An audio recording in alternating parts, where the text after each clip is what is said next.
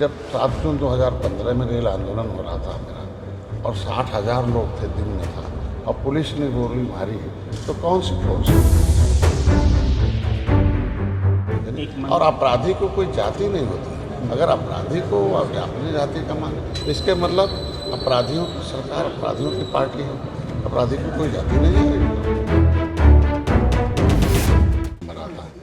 पहले की सरकारों में से क्योटा, मल्लावा, बिंदवा, कश्यप, कहरा, देवरा, रेखवा, बथम, रेटे, अपमान, गैर अमर्यादित शब्दों के साथ इन्हें पुकारा जाता था। अब ये निषाद राज, कश्यप जी, निषाद जी कह के सारे अधिकारी कर्मचारी पुकारते हैं। सबसे बड़ा सम्मान है, सुरक्षित हैं। सपा के लोग सरकार आती थी, उनके लोग इस तरीके से इनको अपमानित और असुरक्षित रखते थे, पिटाई करते थे, क्योंकि इनका कोई चपरासी भी नहीं था। बसपा के लोग आते थे, CST लगते थे। मेरी सरकार ने जो उनको पहला काम तो सम्मान और सुरक्षा, जो योजनाएं थी पिछली सरकार ने 67 साल में केवल 3,000 करोड़ रुपया दिया। प्रधानमंत्री नरेंद्र मोदी जी ने आते 6.5 साल के अंदर 41,500 करोड़ रुपया दिया। सबसे पहला किसी भी व्यक्ति समाज को शिक्षा की आवश्यकता थी। सब कुछ छीन लिया इन लोगों का, आरक्षण छीन लिया, सब छीन लिया, जमीन जायदाद अंग्रेजों ने छीन लिया। लेकिन पहली बार मछुआ कल्याण कोष की स्थापना किया। इनके शिक्षा के लिए, इनके बच्चे जो गरीब हैं, इनकी शिक्षा की फीस हमारे मछुआ मत्स्य विभाग देगा। इनका कोचिंग, बेटा इनका IAS PCS बनना चाहता है, इंजीनियर, डॉक्टर बनना चाहता है, तो कोचिंग करे, उसकी भी फीस हम दें। अभी समाजवादी पार्टी के राष्ट्रीय अध्यक्ष अखिलेश यादव ने कहा है कि प्रदेश में जो एनकाउंटर हो रहे हैं उसमें जो STF काम कर रही है वो स्पेशल ठाकुर फोर्स है।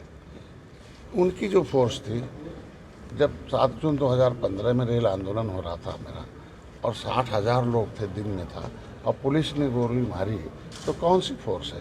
इसको कहा जा सकता है ना कि सामाजिक न्याय समिति की रिपोर्ट कहती है कि अपनी संख्या से मिल्कमैन 100 गुना ज़्यादा नौकरी में है।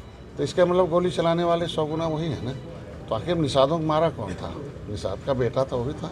बहुत जातियों के लोग इनकाउंटर हुए हैं, उनके लिए आवाज़ क्यों नहीं निकली? और अपराधी को कोई जाति नहीं होती है। अगर अपराधी को अपनी जाति का मान, तो इसके मतलब अपराधियों की सरकार, अपराधियों की पार्टी है, अपराधी को कोई जाति नहीं है। इनकाउंटर किस मामले में होता, उसका जवाब वही दे सकते हैं। सर, एक मंत्री ने कहा है कि राहुल गांधी जो है वो सबसे बड़े आतंकी हैं। दूसरा, क्योंकि ये भी कहा है उन्होंने कि विदेशों में जाकर भारत की बुराई करते हैं। इस पर सर आपसे क्या कहते हैं? नहीं, अभी तो सबको दुनिया जग जाहिर है कि झूठ है, भ्रम फैलाना आज के दिन में विपक्ष का काम है। झूठ की खेती करके उस पर फसल उगाना चाहते हैं। अब ये समाज मूर्ख नहीं है। अब दुनिया में आप देखो, भारत के विरोध में बोलने वालों के साथ खड़ा रहना, भारत के राष्ट्रीयता पर प्रश्न करना, जो हमारी राष्ट्रवाद है उसके खिलाफ बोले, उसका साथ अगर कोई देता, तो आज इनके साथ है, कल आतंकवादियों के भी साथ रहेंगे।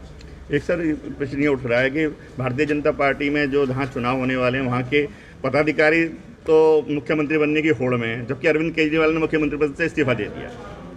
ये बहुत देर कर दी आते आते, इन्होंने भी बहुत देर कर दी सोचते सोचते। पहले इनको इस्तीफा दे देना चाहिए। कोर्ट ने कह दिया कि आप शून्य हो, न दस्तखत कर सकते हो, न कोई फाइल पास करते हो, मतलब अधिकार विहीन, मतलब शून्य मुख्यमंत्री रह के क्या करेगा? आज के दिन में मुख्यमंत्री और प्रधानमंत्री एक अभिभावक होता है पब्लिक के पैसे का, पब्लिक के भविष्य का, देश और राज्य के विकास का, सुरक्षा का।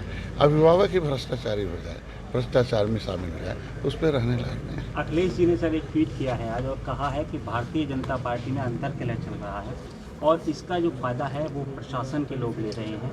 और भारतीय जनता पार्टी जो पहले दूसरी पार्टियों में सेंध लगाती थी, आज उसी की पार्टी में सेंध लगी हुई है। अब आज एक स्टार प्रचारक की सूची निकली है, उनके चाचा का ही नाम उसमें नहीं है। इससे बड़ा अंतर्कलह कहाँ देखा जा सकता है?